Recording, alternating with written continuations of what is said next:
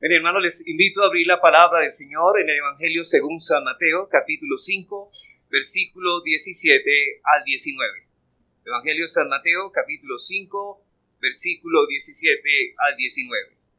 Y es el Señor quien está hablando aquí en la palabra y dice así: No penséis que he venido para abrogar la ley o los profetas. No he venido para abrogar, sino para cumplir. Porque de cierto os digo que hasta que pasen el cielo y la tierra, ni una jota ni una tilde pasará de la ley hasta que todo se haya cumplido. De manera que cualquiera que quebrante uno de estos mandamientos muy pequeños, y así enseña a los hombres, muy pequeño será llamado en el reino de los cielos. Mas cualquiera que los haga y los enseñe, éste será llamado grande en el reino de los cielos.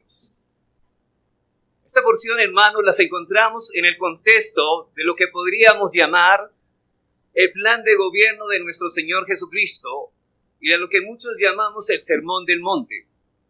El Señor empieza en un escenario muy particular, en un monte, está con sus discípulos y muchas personas comienzan a acercarse. Quizás muchos movidos por la curiosidad, porque han visto que este hombre, el cual es el Hijo de Dios, ven haciendo milagros y cosas portentosas y maravillosas, y muchos se asombran, pero quieren ir y saber qué es lo que este hombre tiene que decir en ese lugar. Algunos, tal vez llevados por el amor y motivados, quieren tal vez conformarse a estas palabras. Otros quizás buscando una manera de juzgarle para condenarlo y llevarlo a la muerte, como era el caso de los escribas y fariseos. Y aquí nos encontramos, hermanos, cuando el Señor comienza su discurso, comienza describiendo los rasgos característicos de los ciudadanos del reino de los cielos. Y Él comienza diciendo que los ciudadanos del reino de los cielos son pobres en espíritu. Ellos lloran, ellos reconocen que no son nada ni nadie y que no tienen ningún mérito para alcanzar la vida eterna y el acceso al reino de los cielos. Pero de esos versículos 1 al 12, el Señor comienza a dar un bosquejo, un boceto de lo que es un verdadero cristiano. Lo encontramos en los versículos 13 al 16, cuando el Señor no solamente habla del carácter y los rasgos que distinguen a esos ciudadanos del reino de los cielos, sino que pasa a hablarnos de la función que tienen estos hombres. Aquellos hombres y mujeres que han sido regeneradas por el Señor, ahora como el Señor Jesucristo es luz, ellos también ahora son luz en el Señor. Son sal también para sazonar esta tierra. Pero ahora pasa a hablarnos de la relación de Cristo con la ley y respecto a la ley del Antiguo Testamento. Pero también habla de la relación del cristiano con esta ley. Y creo que, hermanos, que este tema es vital para el entendimiento del Evangelio y para la vida práctica del creyente. Esta porción del Sermón del Monte es la respuesta del Señor Jesucristo a las preguntas que Él sabía se iban a levantar en ese primero auditorio.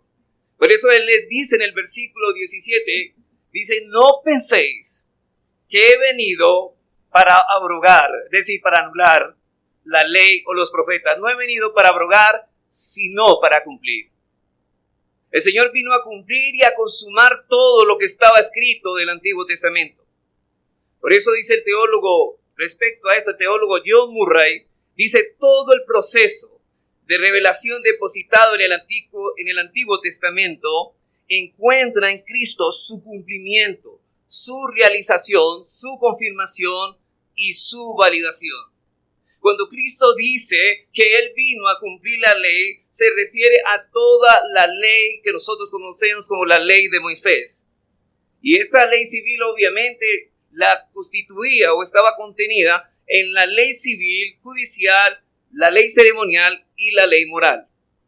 Y noten que no se refiere únicamente a la ley moral, sino a toda la ley de Moisés. Por tanto, Cristo no vino a anular la ley ceremonial, ni la ley civil, ni la ley moral, no. Él vino a cumplir por completo la ley de Moisés. Toda la ley ceremonial con sus sacrificios y sus rituales que señalaban a Cristo como el supremo cumplimiento, se cumplían en Él. Sin embargo, los cristianos, aunque nosotros sabemos que no debemos guardar la ley ceremonial porque Cristo ya la llevó a su cumplimiento, pero Él no la abrogó. Noten que aquí no estamos hablando de que Cristo vino a abrogar la ley ceremonial. Es decir, la ley ceremonial no fue abolida por Cristo, sino cumplida en Él, de modo que esta ley no está en vigencia porque ya ha sido cumplida por Cristo. Y esta es la razón, hermanos, por la que ya no tenemos que sacrificar corderos y machos cabríos, porque el sacrificio que hizo Cristo en la cruz del Calvario abarca todos esos sacrificios y los conduce a su máxima revelación. Cristo no anuló los sacrificios, los cumplió. Es por eso que no debemos circuncidarnos. ¿Por qué? Porque en el Nuevo Testamento Dios realiza una mejor circuncisión al liberarnos de la esclavitud del pecado. Como dice el apóstol Pablo en Colosenses 2:11, dice, en Él también fuisteis circuncidados con circuncisión no hecha de manos, como la que había en el Antiguo Testamento como un tipo de la regeneración. Dice que al echar de vosotros el cuerpo pecaminoso en la circuncisión de Cristo. Y el apóstol también nos dice que ya no tenemos que celebrar la Pascua.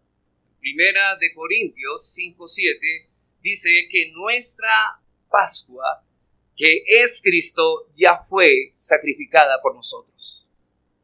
Entonces esas leyes, hermanos, ya no obligan al creyente porque Cristo las llevó a su pleno cumplimiento en su persona, dándoles el verdadero significado. Ya no están en vigencia porque Cristo cumplió a la perfección la realidad de esos ritos y ceremonias que no eran más que una sombra. Eso es lo que dice Pablo allá en Colosenses 2:16, donde dice, así que nadie os juzgue a ustedes por los que comen, por lo que beben, o respecto a los días de fiestas religiosas, de luna nueva, de reposo. Todo eso es una sombra de las cosas que están por venir. La realidad se halla en Cristo.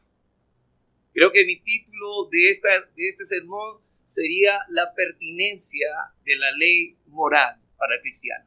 La pertinencia de la ley moral para el cristiano. Y la pregunta, hermanos, como mi primer encabezado, lo hago a manera de pregunta, es ¿cuál es la relación de los cristianos y de la ley moral? Si ya no tenemos que cumplir la ley ceremonial, ahora, ¿qué relación nosotros tenemos respecto a la ley moral? ¿Cumple la ley moral alguna función al día de hoy? ¿Acaso estamos supuestos a creer lo que muchos dicen, que ya no estamos bajo la ley, sino bajo la gracia? Ya dejamos claro, hermanos, que la ley ceremonial se cumplió en Cristo. Pero, ¿qué podemos decir de la ley moral resumida de una manera magistral por el Señor en los 10 mandamientos? ¿Tiene alguna función al día de hoy? Y a lo que el Nuevo Testamento, hermanos, si leemos seriamente el Nuevo Testamento, tendríamos que responder con un contundente sí, de una manera afirmativa y profunda, y muy convencido de lo que la palabra nos está transmitiendo. Y en primer lugar, hermanos, yo quiero decir respecto a estas preguntas, es que la ley moral, lo que dice el Nuevo Testamento, es que la ley moral continúa siendo el móvil por medio del cual trae a los pecadores a Cristo. En primer lugar, la ley moral continúa siendo el móvil por medio del cual Dios trae los pecadores a Cristo. Por esa razón, Pablo llama a la ley moral en Gálatas 3:24 un ayo. El término que se traduce como ayo es la palabra griega paidagogos, que habla de alguien como un educador, pero tiene una connotación muy distinta a nuestros días. Y dice que este paidagogo nos lleva a Cristo.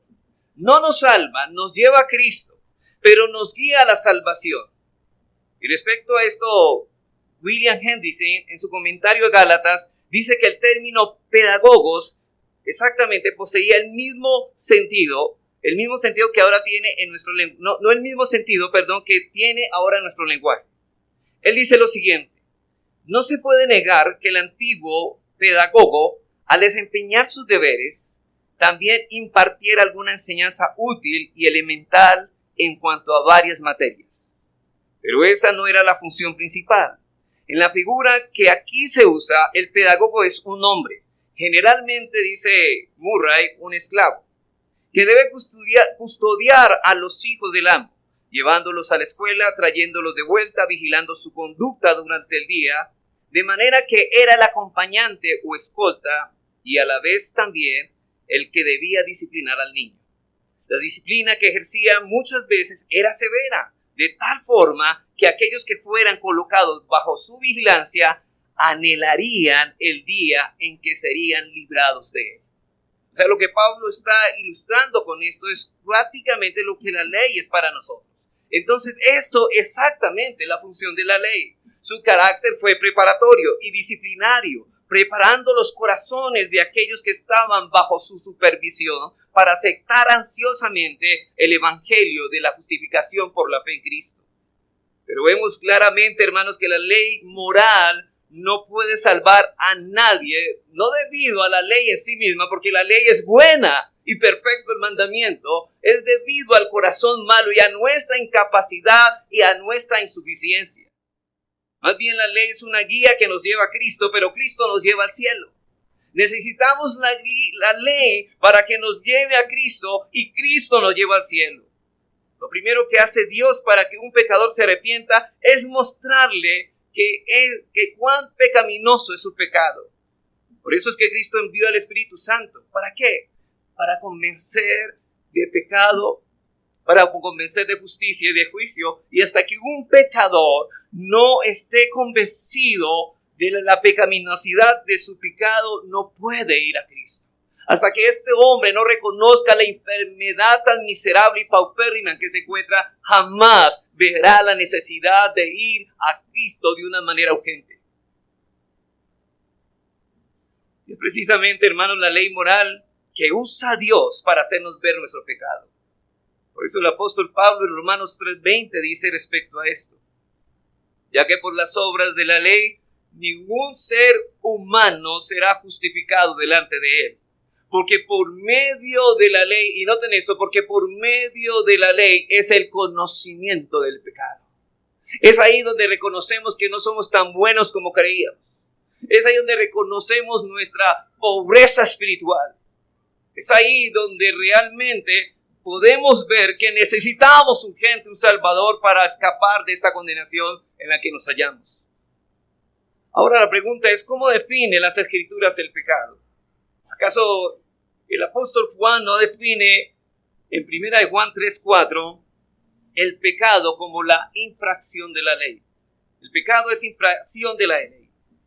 Pero si, hermanos, si quitamos la ley ahora en nuestro tiempo y echamos por tierra los 10 mandamientos, no nos quedamos o nos quedamos sin parámetros para definir lo que es el pecado y lo que no es pecado. Necesitamos la ley. Si el pecado es la transgresión a la ley, entonces eso es el parámetro que nos ayuda a definir qué es pecado y qué no lo es. Pero en segundo lugar, la ley moral sigue siendo la norma de justicia que debe regir a los cristianos. La ley moral sigue siendo la norma de justicia que debe regir a los cristianos. Una de las condiciones del nuevo pacto comprende es el hecho de que esta ley moral sería escrita en el corazón de los creyentes. Y es una promesa que se dio desde Jeremías y en Ezequiel. Nuestro Señor no ha venido a hacernos la fácil ni a suavizar los estándares ni las exigencias de la ley moral. Obviamente ningún hombre en su capacidad natural puede hacer ni quiere hacer lo que la ley demanda. Por eso Dios lo capacita. Y más bien el Señor refuerza la ley moral de dos formas. Por un lado, al darnos un mejor entendimiento del alcance de la ley moral. Si ustedes han leído el caso de los fariseos, el problema es que el alcance que ellos tenían de la ley moral era muy corto. Por ejemplo, solamente el asesinato para ellos eran culpables y reos delante de Dios si la muerte era física, si se lleva un asesinato físico. Pero ¿qué de los pensamientos y de las palabras hirientes y del odio pecaminoso? La ley llegaba mucho más allá y ahora en la gracia de Dios nos hace ver claramente hasta dónde alcanzan nuestros pecados. Y por otro lado, al capacitarnos para cumplirla por medio de su Espíritu Santo que nos ha dado. Dios nos ha dado su poder por su Espíritu Santo. Dice Ezequiel 36, 26 al 27. Dice, y pondré espíritu nuevo dentro de vosotros y quitaré de vuestra carne el corazón de piedra y os daré un corazón de carne. Y pondré dentro de vosotros mi espíritu y haré que andéis en mis estatutos y guardéis mis preceptos y los pongáis por obra. Hermanos, Cristo vino a hacer posible que su pueblo pudiese, por la obra del Espíritu Santo, cumplir los preceptos y los estatutos. Y noten que aquí no está implícito solamente la capacidad de poder obedecer esos mandamientos, sino que hay un anhelo ferviente que nace de ese corazón regenerado, de ese espíritu que ha sido renovado. Por algo el doctor Martin Lloyd-Jones, tocante a esto, dice lo siguiente: el propósito de la gracia, en un sentido, es solo capacitarnos para cumplir la ley. Nuestro problema, hermanos, es que muchas veces tenemos una idea equivocada de la santidad. No hay nada peor que considerar la santidad y la santificación como experiencias que hay que recibir, como algo místico que va a llegar en un momento en que menos esperamos. Un sentimentalismo quizá de lo que nos han vendido hoy. Pero eso no es santidad, no. Santidad significa ser justo. Y ser justo significa, ¿sabe qué, hermano? Cumplir la ley de Dios. Significa desear vivir conforme a la ley. Por tanto, si su llamada gracia, que dice que ha recibido, no lo hace cumplir la ley, entonces no la ha recibido. Estoy diciendo, hermano, no somos salvos por cumplir la ley, pero hemos sido salvos para vivir en ella, querer cumplirla. Ahora bien, quiero hacer una nota. Ningún cristiano puede obedecer la ley de una manera perfecta, pero sí verdaderamente. Y tendrá deseos por esforzarse. ¿Qué es la gracia? Es ese don maravilloso de Dios que, habiendo liberado al hombre de la maldición de la ley, lo capacita para cumplirla. Gracia es lo que me lleva a amar a Dios. Y si amo a Dios, deseo cumplir los mandamientos. Mire el móvil. Hermano, ¿por qué cumplo los mandamientos como cristiano? Porque amo a Dios. Porque esa ley refleja el carácter santo de Dios y yo quiero parecerme a aquel ser que amo primordialmente.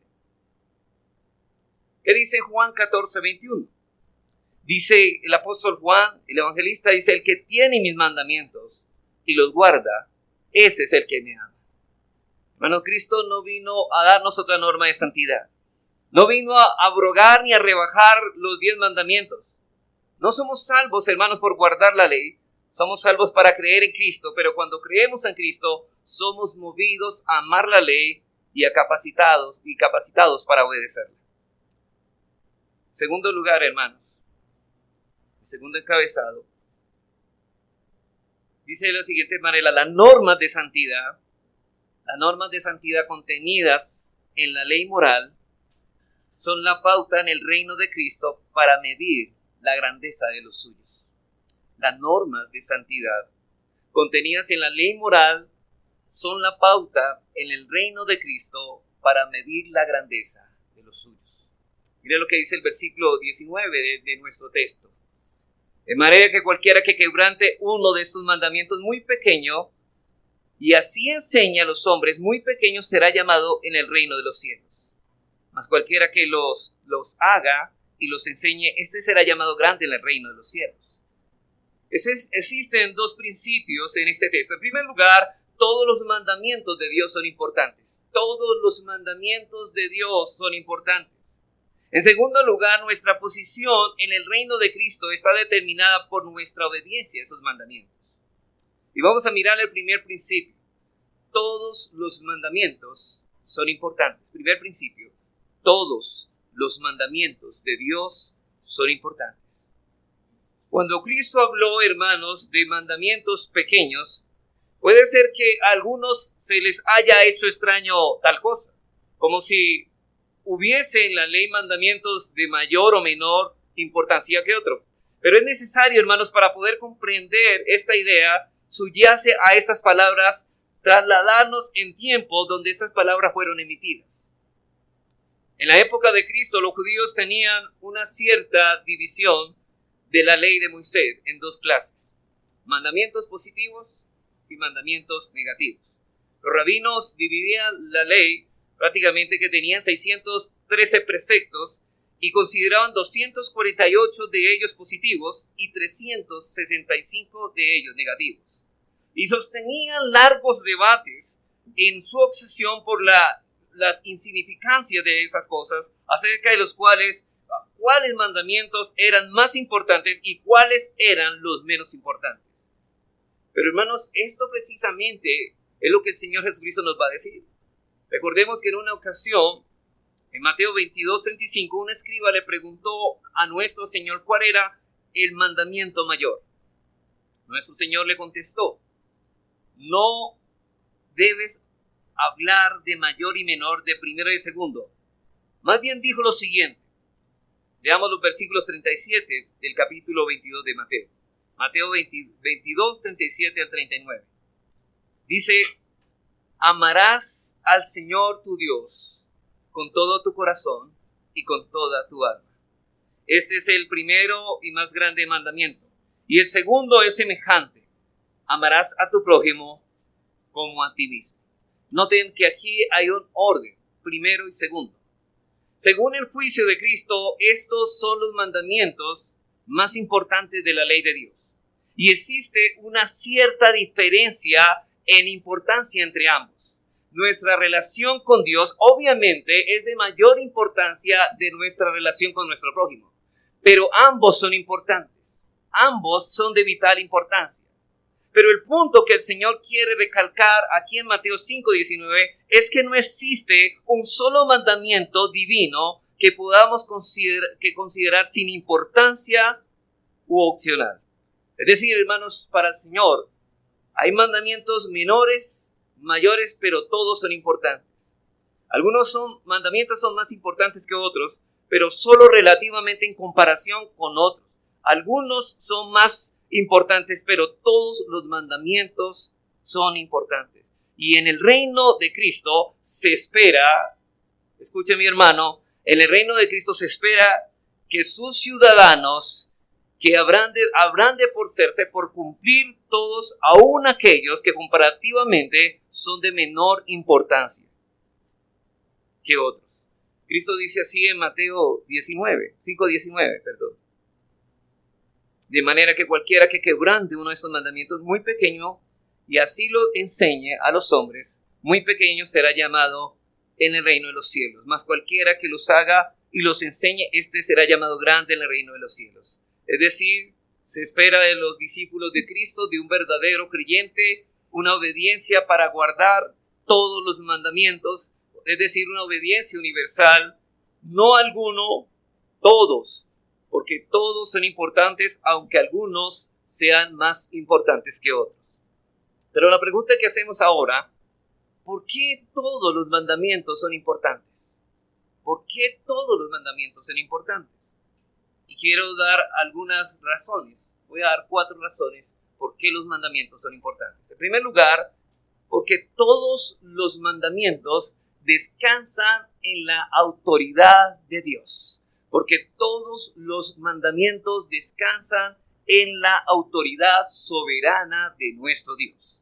Hermanos, lo que hace importante un mandamiento no son las consecuencias de nuestra transgresión que puede traernos, sino más bien el hecho de que Dios fue quien dio la orden y salió de su boca, por muy pequeño que sea, han salido de los labios de Dios. Para muchos, un mandamiento es importante si la transgresión puede acarrear consecuencias, digamos, terribles en la vida de transgresión o en la vida de otros. Ellos miden los mandamientos así: ¿trae esto demasiadas y terribles consecuencias para mí? Y si es así, decimos es importante. Pero si no acarrea consecuencias muy graves, entonces dicen no, eso no es necesario tenerlo en cuenta. Pero hermanos, aquí estamos hablando de una obediencia universal a los mandamientos debido a quien los proclama, debido de la boca de quien sale. Por eso es que nosotros condenamos el homicidio con todas nuestras fuerzas y aún estamos dispuestos a aceptar que se aplique la pena capital para la muerte de los homicidas.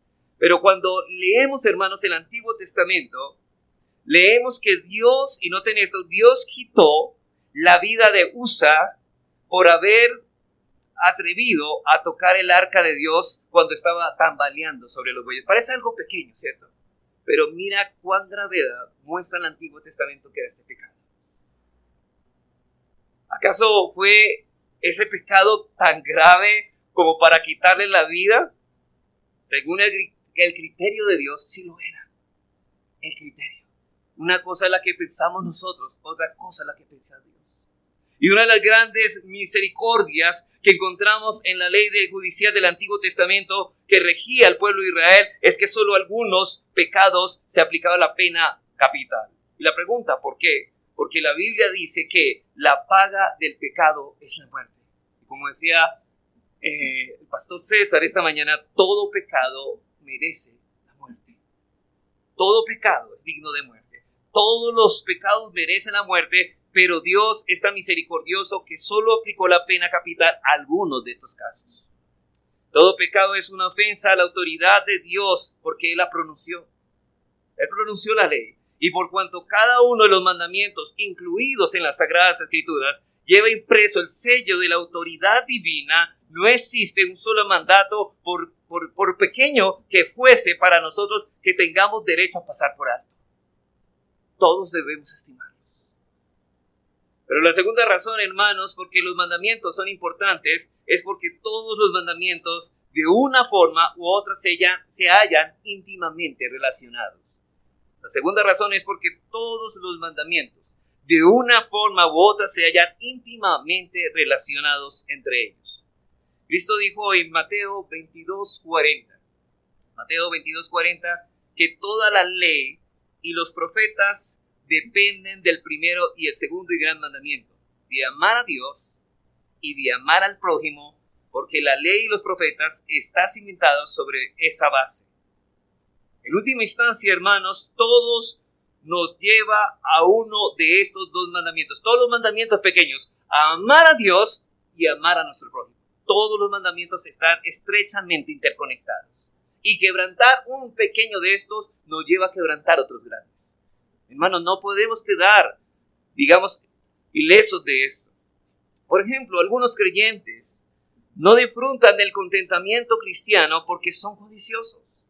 Y son codiciosos porque sobreestiman el valor de las cosas terrenales y creen que ellas pueden darle la felicidad a causa de su debilidad. Por tanto, hermanos, no pueden contemplar con los ojos del alma las verdaderas riquezas que aguardan en el cristiano en Cristo. Y sobre todo porque no han encontrado el deleite que deben de tener en Dios.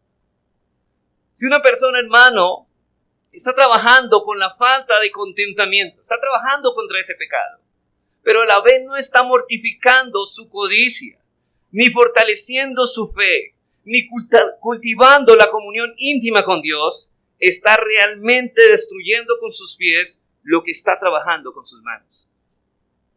Esa persona nunca tendrá contentamiento cristiano porque todos los mandamientos se relacionan entre sí, todos son importantes y tal vez está demostrando esta persona, al no arreglar esta situación, al no crecer en esto, al no querer mortificar su pecado, tal vez que en realidad no es un verdadero cristiano. Pero tercera razón, hermanos, por la razón ¿por qué los mandamientos son importantes? Y la tercera razón es porque nuestro criterio para evaluar la importancia de los mandamientos es deficiente. Porque nuestro criterio para evaluar la importancia de los mandamientos es deficiente. Como hemos visto, hermanos, algunos mandamientos son de menor o menos importantes que otros, pero no siempre tenemos un criterio nosotros correcto para designar cada cosa con su valor. Por ejemplo, en Éxodo 28, 33 a 35, Dios ordenó y dio la siguiente ordenanza a los sacerdotes. Dice así: y en las orlas harás grandes granadas de azul, púrpuras y carmesí alrededor, y entre ellas campanitas de oro, alrededor una campanilla de oro, y una granada y otra campanilla de oro, y otra granada en la orla del manto alrededor.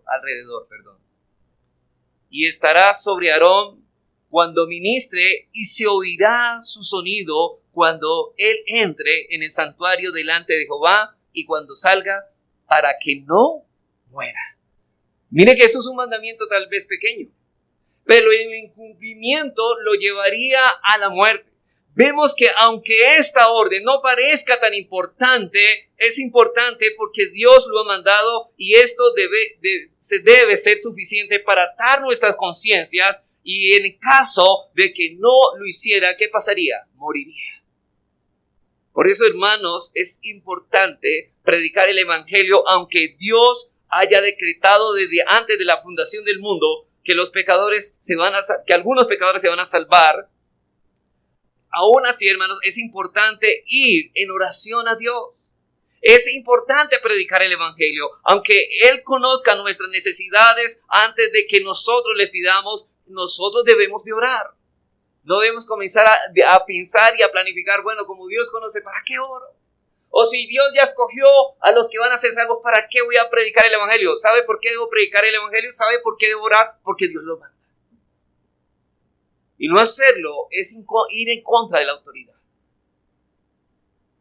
Y la última razón, hermanos, por la que estos los mandamientos son importantes, es porque si obedecemos en parte, nos limitaremos a evitar solamente aquellos pecados que nos traen más inconvenientes. La última razón es esta, porque si obedecemos en parte, nos limitaremos a evitar solamente aquellos pecados que nos traen más inconvenientes. El que solo obedece al Señor en ciertas cosas, en realidad no tiene deseo de mortificar el pecado y de agradar a Dios, sino más bien está evitando aquellos pecados que puedan acarrear malas consecuencias o inconvenientes. Pero ese modo de mortificación, hermanos, no da resultado porque procede de un principio pecaminoso que es el amor hacia sí mismo. Ese hombre no piensa en glorificar a Dios. Su motivación no es honrar a Dios ni amar al prójimo, no, de ninguna manera. Lo que él quiere evitar es el castigo y las consecuencias que le acarrean tales pecados. Ese tipo de actitud, en vez de debilitar el pecado, lo fortalece.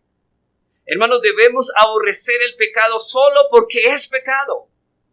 Y no simplemente, hermanos, porque se trate de algo inconveniente o perturbador. Cuidémonos, hermanos.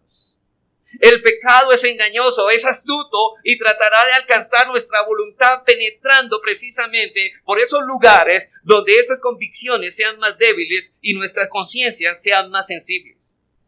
Por eso dice el apóstol Pedro en 1 de Pedro 5:8, sed sobrios y velad. ¿Sabe por qué? Porque vuestro adversario el diablo anda como león rugiente, anda alrededor buscando a quien devorar.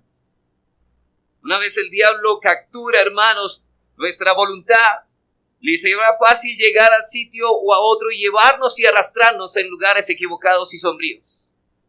Hermanos, no deje que la luz de Cristo por su palabra se pierda y se nuble. Más bien luche, hermanos, porque todo cristiano está en el pie de lucha todos los días con el pecado. Hermanos, no hay día que no tengamos tentación. Por eso necesitamos ejercitarnos en la ley. Entonces, hermanos, el primer principio, voy a recordarlos de Mateo 5:19, es que todos los mandamientos son importantes, porque todos descansan en la autoridad soberana de Dios, porque todos están íntimamente relacionados unos a otros, porque nuestro criterio para evaluar los mandamientos es deficiente. Y 4, porque si obedecemos en parte, nos limitaremos a evitar solo ciertos pecados. Entonces, lo que aprendemos de nuestro texto es que nuestra posición relativa en el reino de Cristo es determinada ¿por quién? Por nuestra obediencia a los mandamientos. Vamos a mirar entonces el segundo principio. Ya hemos visto el primer principio que dice que todos los mandamientos de Dios son importantes. Miremos el segundo principio. Nuestra posición relativa en el reino de Cristo es determinada por nuestra obediencia a sus mandamientos. Nuestra posición relativa en el reino de Cristo es determinada por nuestra obediencia a los mandamientos. Hermanos, no cabe duda que en el reino de Cristo no todos tendrán el mismo privilegio. ¿Ustedes recuerdan las palabras del mismo Señor Jesucristo? Que el que es fiel en lo poco, en lo mucho lo pondrá. Hay un galardón para aquellos que son fieles a sus mandamientos y a su obediencia a Él, a sus mandamientos. No cabe duda, hermanos, que en el reino de Cristo todos no tendrán todos el mismo privilegio. Algunos están llamados a ocupar un lugar de más distinción y brillarán con más gloria.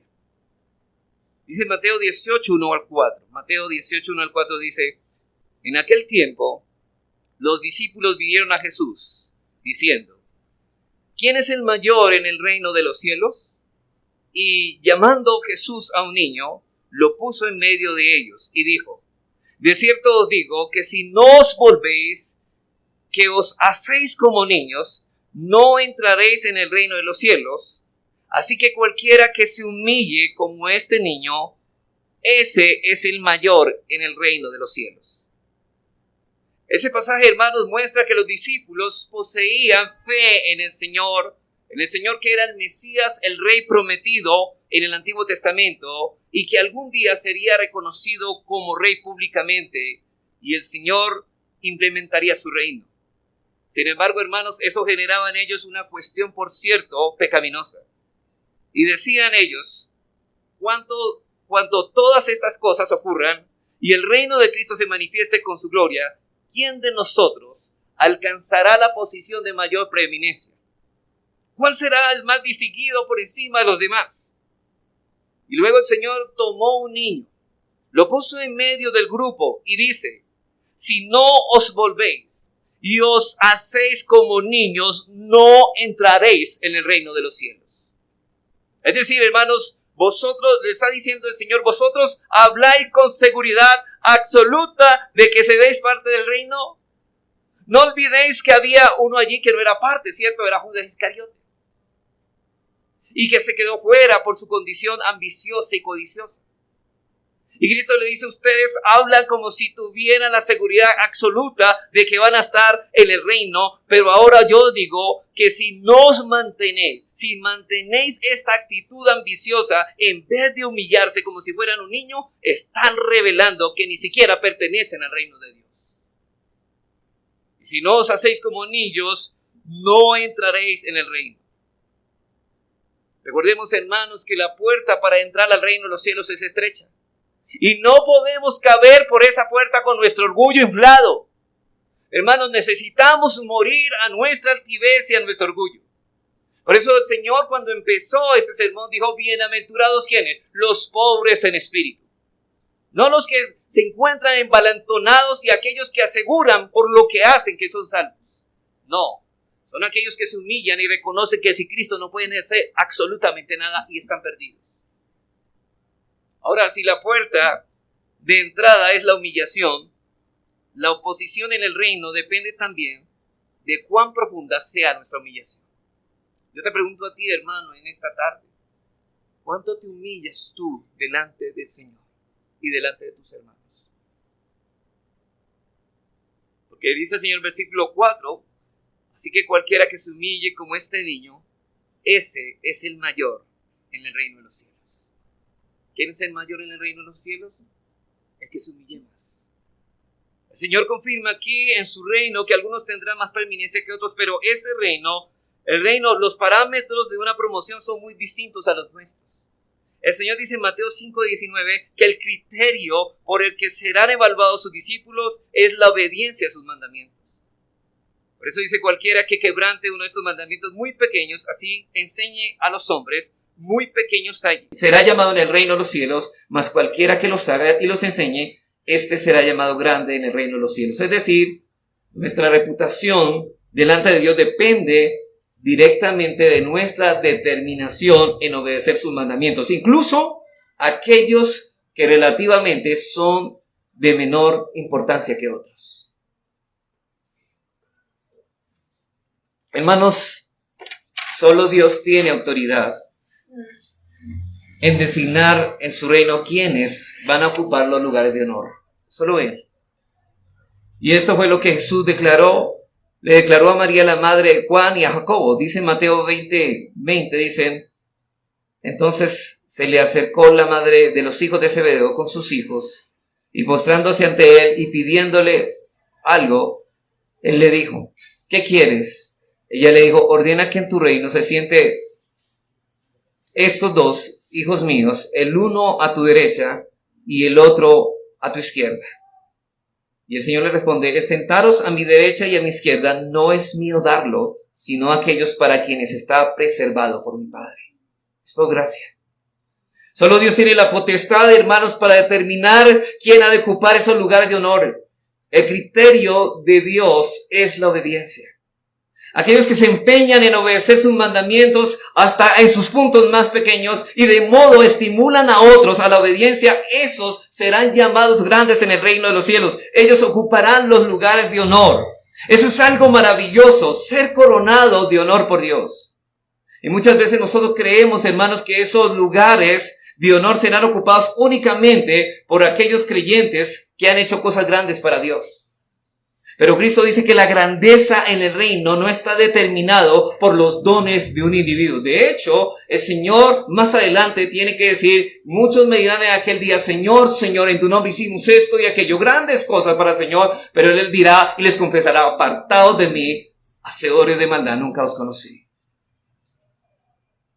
Hermanos, ¿cómo tanto conocemos hombres que han predicado de una manera fervorosa, tal vez con una sana ortodoxia, pero aún así muchos de estos hombres nunca fueron salvos?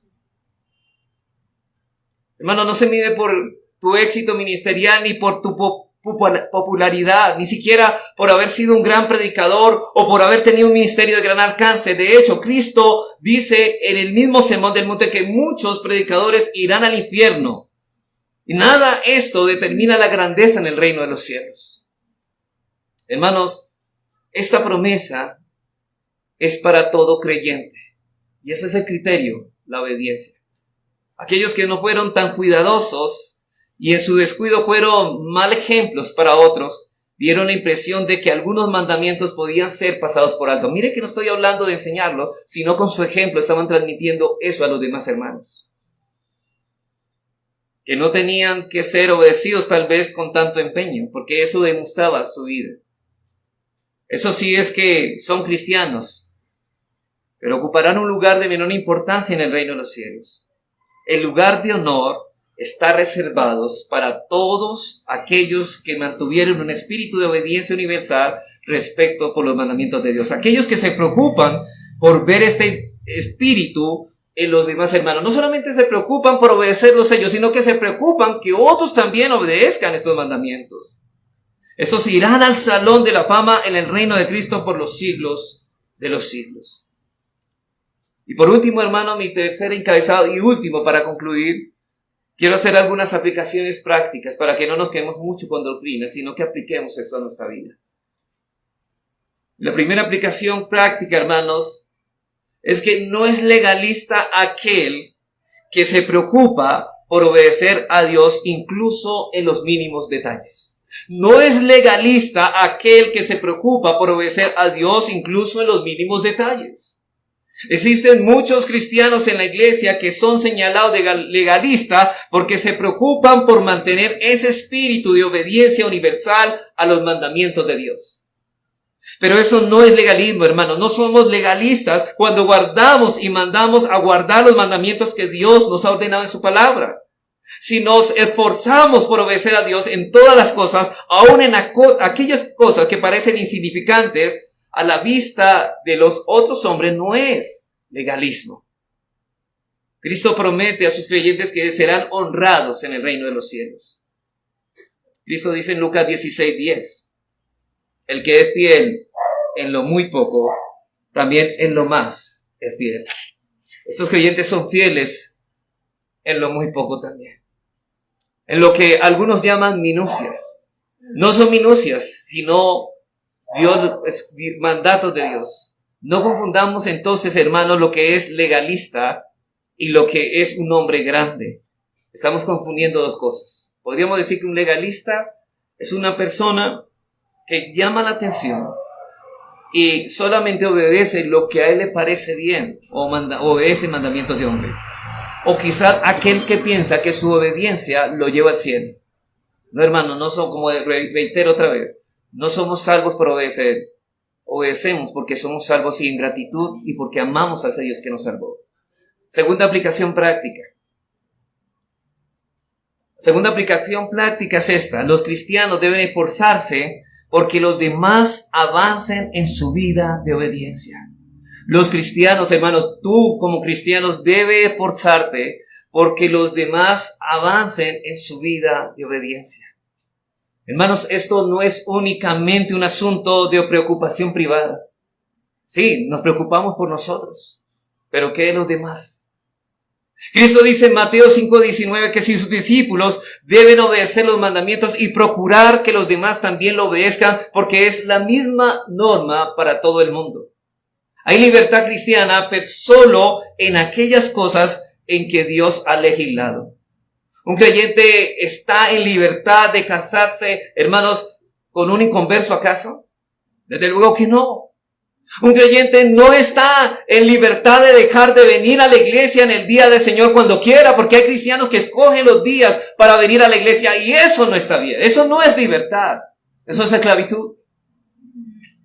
Un esposo, hermano, no está en libertad de dejar de amar a su esposa. Una esposa no está en libertad de dejar de someterse al marido porque sabe que está agradando al Señor. Dios ha legislado sobre estas cosas y el que profesa ser cristiano está ligado a ello en su corazón, porque está unido a Cristo.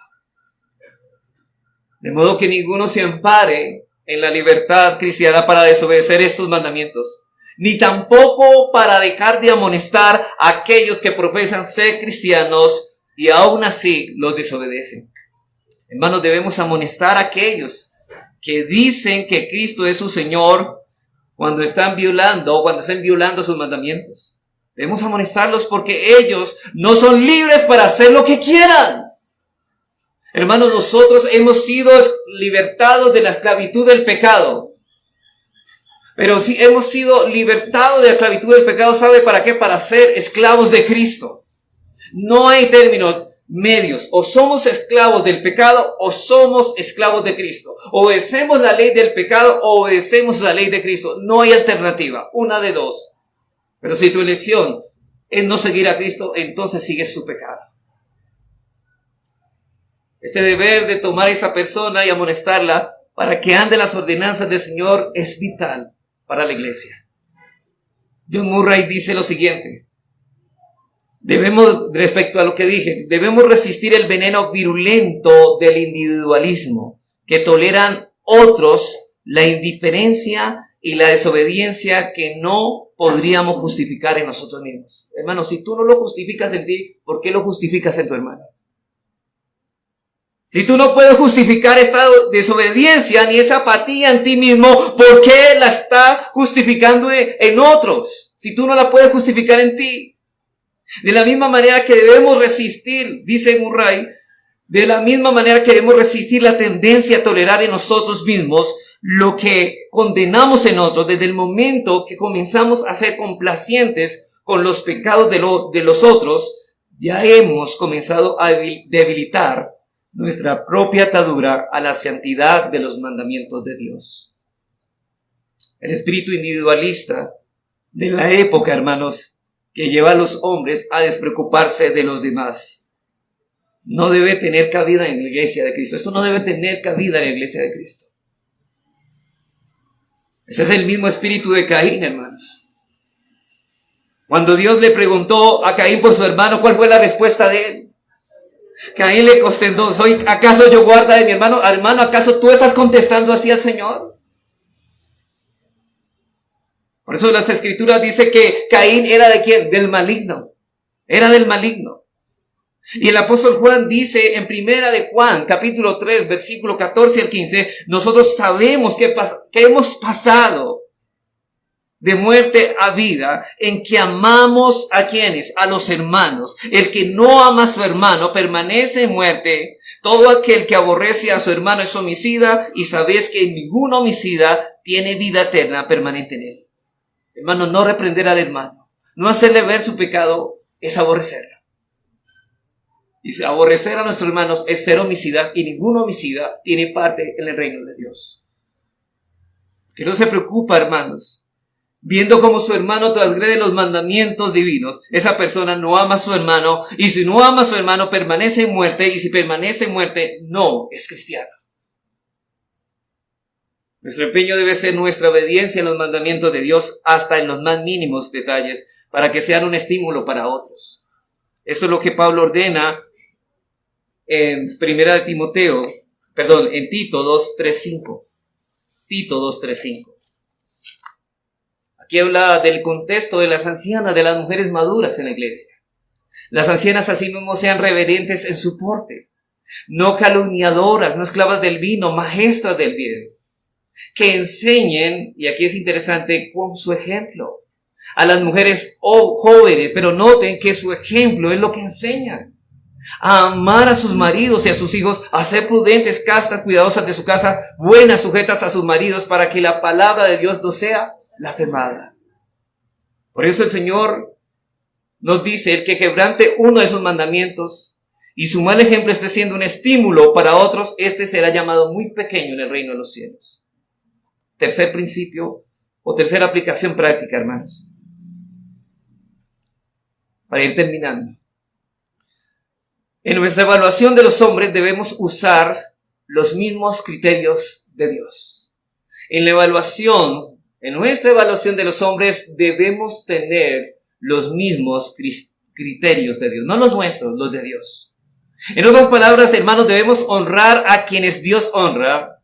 Dios ha prometido honrar a aquellos que obedecen sus mandamientos y estimular a los que a obedecerlos, a estimular a los hombres a obedecer los mandamientos. Hermanos, son esos los criterios que tú utilizas a la hora de evaluar a tus hermanos. ¿Cuáles son los criterios que usas para elegir tus amigos? ¿Los que Dios dice que te convienen o los que tú piensas que te convienen? ¿Los eliges únicamente porque pertenecen a tu círculo social? Porque te proveen cierta reputación, cierto estatus que está cerca de ellos. Estar cerca de ellos te remueve a una reputación mucho más alta. ¿Por qué te das cuenta en ellos de ese espíritu de obediencia universal de que estamos hablando? Hermanos, son tus amigos un estímulo para ti y tú eres un estímulo para ellos. ¿Son tus amigos un estímulo para ti? ¿Eres tú un estímulo para ellos? ¿Tú eres un estímulo para tus hermanos? El salmista dice en el Salmo 19:63, compañero soy yo de todos los que temen y guardan tus mandamientos. ¿Esos son tus amigos los que temen los mandamientos de Dios? Ese debe ser nuestro criterio cuando vamos a elegir nuestras amistades íntimas. Y eso le digo mucho a los jóvenes, bueno, a todos. Pero hermano, ¿cómo escoge? ¿Cuál es tu criterio para escoger tus amigos? Ese es nuestro deber, hermanos. Hermano, ¿crees que tus amigos dan gracias a Dios por ti y por el estímulo tan grande que tú eres para ellos? Porque estos serán llamados grandes en el reino de los cielos, y si Dios le llama grandes, nosotros tenemos que llamarle grandes también a los que obedecen, aún lo más mínimo. Y último, y finalmente, hermanos, aprendemos de este versículo 19 a apreciar a Cristo en toda su belleza. Aprendemos a apreciar en toda su belleza la gracia de Dios en Cristo. Aprendemos a apreciar en toda su belleza la gracia de Dios en Cristo. De todo lo que hemos visto, hermanos, debemos considerar cuán cortos nosotros nos quedamos frente a lo que Dios exige. Cuán incapacitados nos vemos. Por eso es que Cristo nos ha hablado aquí, hermanos, de que el cristiano no obedece a la perfección todos los mandamientos conocidos en la palabra, pero desea obedecerlos. Y aquí se está hablando de tener un espíritu, una disposición a obedecer todos. Obediencia universal. Por eso es una lucha a muerte, hermanos, con el pecado. Por eso es que el cristiano lucha diario con ese pecado que aún mora en nosotros. Y esta lucha, hermanos, estamos librándola. Y muchas veces somos derrotados, pero sabe que el cristiano cada vez se siente defraudado por sí mismo de saber, Señor, ¿por qué no te puedo obedecer como debería obedecerte? Él se siente mal.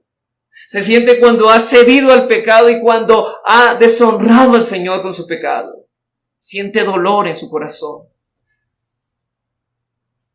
Por eso, hermanos, es una lucha a muerte.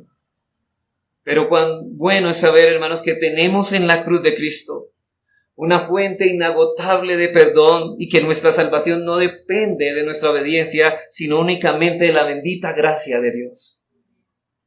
Así que sea alabado Dios en esta tarde, que hizo descansar nuestra salvación en la obediencia perfecta de Cristo. Y si no, hermanos, fuese que por Él estaríamos irrevisiblemente perdidos. Pero ¿sabe por qué estamos aquí? Porque Dios nos ha redimido por Cristo. Hermanos, que el Señor nos ayude. Que el Señor nos ayude a desarrollar un espíritu de gratitud profunda y que nos estimule diariamente a una obediencia más minuciosa a todos sus mandamientos para la gloria de Dios, para el bien de los hermanos y el crecimiento de su pueblo. Vamos a orar.